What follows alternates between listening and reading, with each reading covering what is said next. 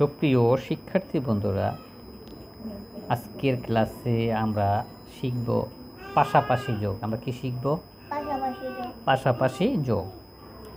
তো পাশাপাশি যোগ বলতে কি বোঝায়?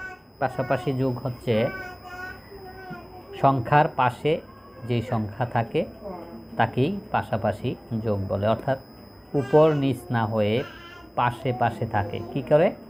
পাশে পাশে থাকে। যেমন একটা উদাহরণ দেই, আমি যদি এখানে এই সংখ্যাটি লিখলাম, এই সংখ্যাটির নাম হচ্ছে কত? 20। কত? 20। তো 20-এর পরে একটা যোগ চিহ্ন দিলাম। কি করলাম?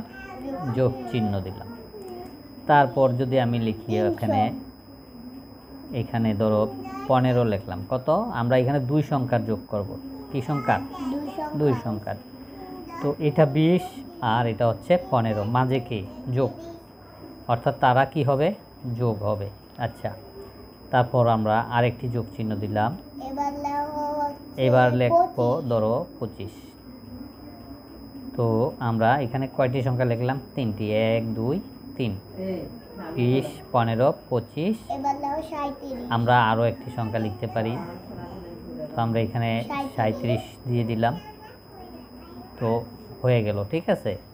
তো এভাবে আমরা অনেকগুলা সংখ্যা দিতে পারি, কিন্তু আমরা আর দিব না, আমরা এখানে এই সংখ্যাগুলোই রাখব।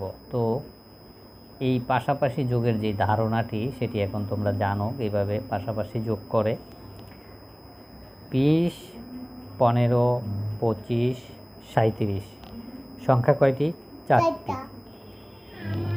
এই 4টি সংখ্যা যখন এরকম পাশে পাশে থাকে তখন তাদেরকে বলা হয় পাশাপাশি যোগ।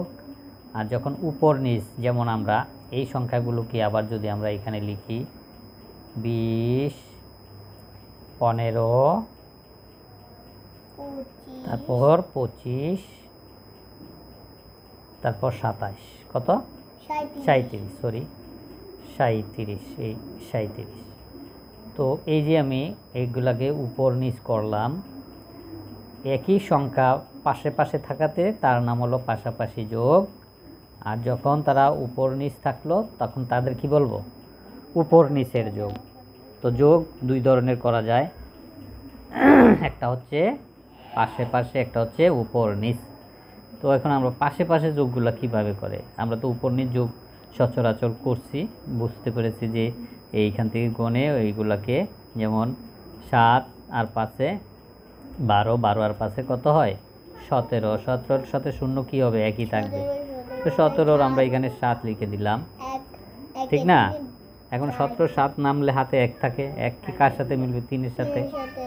4 হয়, 4-এর লগে 2 মিলে 6, 6 আর 1 7, 7 আর 2 9, 9 হয়, তাই না?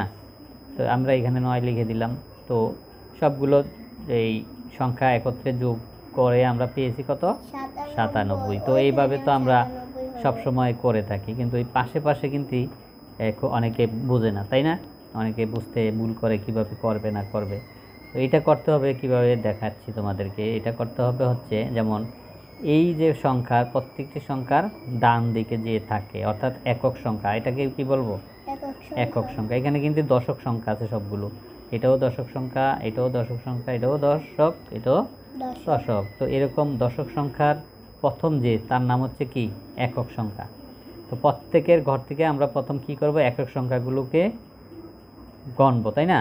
তো এখানে একক সংখ্যা হলো 7। এখানের একক সংখ্যা হলো কি? 5। এখানের একক সংখ্যা কি? 5। এখানের একক সংখ্যা হচ্ছে 0। তো আমরা একক সংখ্যাগুলো গণে ফেলি, যেমন 7 5 12, 12 আর 5 17, 17 0 মিললে 17ই থাকে। 17-র আমরা এখানে 7 লিখে দেবো। যেহেতু 2টি সংখ্যা লিখবো আমরা, সেই ক্ষেত্রে কি করব? একটু গ্যাপ কম দিব, অর্থাৎ এখানে 2টা সংখ্যা লিখতে পারলেই হলো। তো আমরা 17-র 7 লিখে দিছি। হাতে কি থাকলো? হাতে থাকবে 1। 1 মিলবে কার সাথে? প্রথম সংখ্যাটির সাথে 1 মিলিয়ে দিব আমরা। তো 1 এই 4-এর সাথে মিলাবো, কার সাথে? 3-এর সাথে। সরি, 3-এর সাথে। 1 যখন 3-এর সাথে মিলবে তার নাম হবে 4। তো আমরা এখন এটাকে 4 বলবো। 4 আর এই 2 6, 6 আর 1 7, 7 আর 2 9।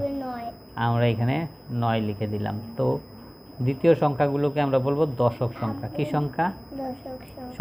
দশক সংখ্যা। অর্থাৎ হাতের 1 মিলে এটার নাম 4, আর 4-এর সাথে 2 মিলে 6, 6 আর 1-এ 7, 7 আর 2-এ 9। তো এখানে আমরা কত লিখেছি? 97। কত? 97। এখানের রেজাল্ট যা আছে যোগফল আর এখানের যোগফল একই, তাই না? তো পাশাপাশি যোগ আর উপর নিচের যোগ কি একই, কিন্তু আমরা যখন এই পাশাপাশি যোগ করতে যাই আমরা অনেকে বুঝতে পারি না যে কিভাবে করতে হয়। তো আজকে তো তোমরা আশা করি বুঝতে পেরেছো, তাই না? তো আজকে আমরা এই পর্যন্তই ক্লাসটি শেষ করব। ইনশাআল্লাহ পরবর্তী ক্লাসে আবার দেখা হবে। সে পর্যন্ত ভালো থাকবে। আল্লাহ হাফেজ।